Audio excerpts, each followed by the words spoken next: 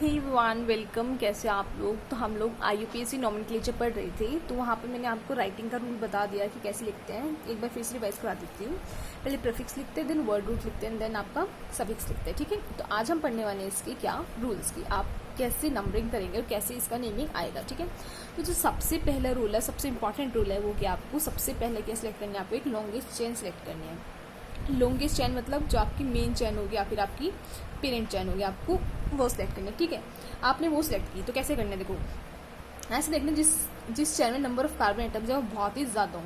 Number of carbon atoms कितने होंगे, देखो 1 2 3 4 5 6, इसमें 6 आ रहे हैं।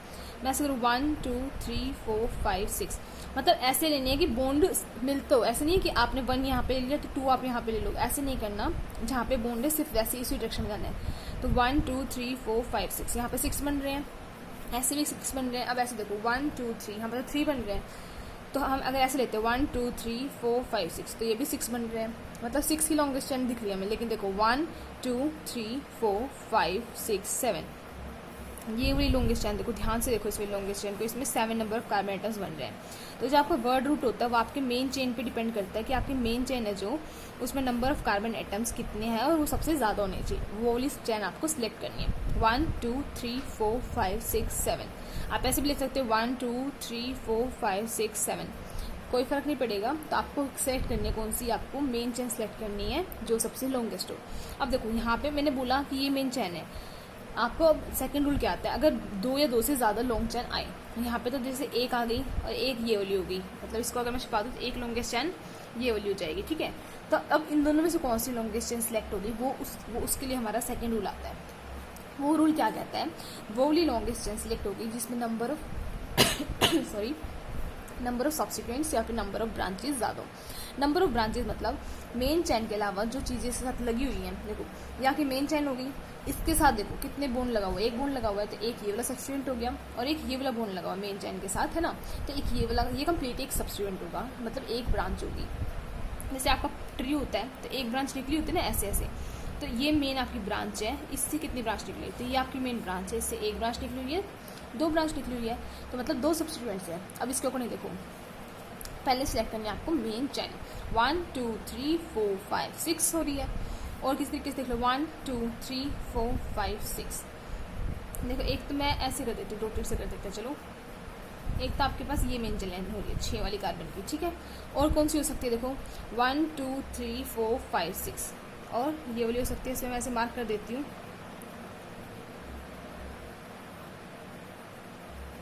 ठीक है, दोनों ही 6 की बन रही है, 1 2 3 4 5 6, और ये भी 6 की बन रही है। अब इन दोनों में से कौन सी चैन आपकी मेन चैन होगी वो बताता है आपको सेकंड रूल, कि मैक्सिमम नंबर ऑफ ब्रांचेज जिसमें ज़्यादा होंगी वो आपकी कौन सी होगी, मेन चैन होगी। अब देखो ये वाली मेन चैन देखना, सिर्फ मैं इसको कवर कर रही हूँ, मेन चैन ये वाली ली है मैंने। ठीक है, अब नंबर ऑफ सब्स्टिट्यूएंट देखो, एक यहाँ पे लटक रहा है, एक 2 यहाँ पे लटक रहा है, एक यहाँ पे लटक रहा है 3। कितने सब्स्टिट्यूएंट्स हो गए आपके इस वाली मेन चैन के अकॉर्डिंग, हमारे मैम 3 सब्स्टिट्यूएंट्स हो गए, मतलब 3 ब्रांचेज होगी। अब मैं ये वाली मेन चैन लेती हूँ, इसके अकॉर्डिंग देखो, ये वाली मेन चैन ली मैंने, इसके अकॉर्डिंग देखो कितने हो गए, ये वाली मेन चैन ली। अब देखो एक यहाँ पे हो गया, एक यहाँ पे हो गया, एक यहाँ पे हो गया, मतलब कितने सब्स्टिट्यूएंट्स हो गए, इसमें भी 3 सब्स्टिट्यूएंट्स हो गए। तो यहाँ पे आपके पास चॉइस है कि आप कोई भी मेन ब्रांच ले सकते हो, बट अगर कंडीशन और कुछ होती कि इसमें 2 सब्स्टिट्यूएंट होते, मान लो मैं इसको हटा देती हूँ, मान लो, चलो मैं इसको रिमूव कर देती हूँ। अब देखते हैं, देखो आपकी मेन चैन आपकी ये 6 वाली ली। ठीक है, सब्स्टिट्यूएंट देखना 1 एंड कितने हो गए 2 सब्स्टिट्यूएंट जुड़े हुए हैं। और अगर मैं आपकी ये वाली मेन चैन लेती हूँ, देखो एक ये सब्स्टिट्यूएंट हो गया, एक ये हो गया और एक ये सब्स्टिट्यूएंट हो गया, मतलब 3 सब्स्टिट्यूएंट्स हो गए। तो 3 सब्स्टिट्यूएंट वाली ये वाली मेन चैन है जिसको मैं कलर कर रही हूँ, ये वाली चैन आपकी मेन चैन मानी जाएगी। क्यों? क्योंकि इसमें सब्स्टिट्यूएंट्स कितने हुए, देखो एक ये सब्स्टिट्यूएंट हो गया, एक ये हो गया और एक ये सब्स्टिट्यूएंट हो गया। आपके कितने सब्स्टिट्यूएंट्स हो गए, आपके यहाँ पे अब 3 सब्स्टिट्यूएंट्स हो गए। इसके 2 थे ना, तो इस वाले के मेन चैन के आपके 3 सब्स्टिट्यूएंट्स हो गए, तो ये वाली मेन चैन आपकी कंसीडर कर ली जाएगी। ठीक है, सेकंड थिंग आपको क्या करनी है, लॉन्गेस्ट चेन सेलेक्ट कर ली। अब 2 लॉन्गेस्ट चेन है, तो उसमें से वो भी लॉन्गेस्ट चेन सेलेक्ट करनी है जिसमें नंबर ऑफ सब्स्टिट्यूएंट्स मतलब नंबर ऑफ ब्रांचेस क्या आपकी ज़्यादा हो। तो थर्ड रूल क्या आता है, अब नंबरिंग करनी पड़ेगी।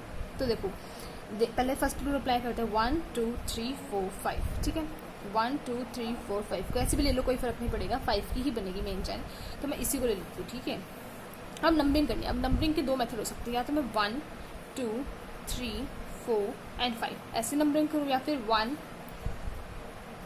2 3 4 एंड 5 मैं ऐसे नंबरिंग करूँ। देखो फ़र्क तो कुछ भी नहीं पड़ रहा, लेकिन क्या फ़र्क पड़ रहा है, जो आपका सब्स्टिट्यूएंट लगा हुआ है मेन चैनल के साथ, देखो ये आपकी मेन चैनल है, इसके साथ जो सब्स्टिट्यूएंट लगा हुआ है इसका नंबर चेंज हो रहा है। अगर मैं ऊपर वाली नंबरिंग के अकॉर्डिंग करती हूँ तो आपका सब्स्टिट्यूएंट पे नंबर आ रहा है कौन सा, 4, और अगर मैं नीचे वाली के अकॉर्डिंग नंबरिंग करती हूँ तो आपके सब्स्टिट्यूएंट पे नंबर आ रहा है कौन सा, 2। तो आपको वो वाला सब्स्टिट्यूएंट लेना है जिसपे नंबर आपका, वो वाली नंबरिंग करनी है जिसपे आपके ब्रांच का नंबर या सब्स्टिट्यूएंट का नंबर लो। तो मैं ये वाली नंबरिंग को कंसीडर नहीं करूँगी, मैं ये वाली नंबरिंग को कंसीडर करूँगी, क्योंकि देखो यहाँ पे सब्स्टिट्यूएंट को कौन सा नंबर मिल रहा है, आपका 2 नंबर मिल रहा है, और ऐसे करते सब्स्टिट्यूएंट को मिल रहा है आपका 4 नंबर मिल रहा है। तो आपको ऐसी नंबरिंग सेलेक्ट करनी है जिसमें आपका सब्स्टिट्यूएंट को क्या मिले, सबसे छोटा सा नंबर मिले।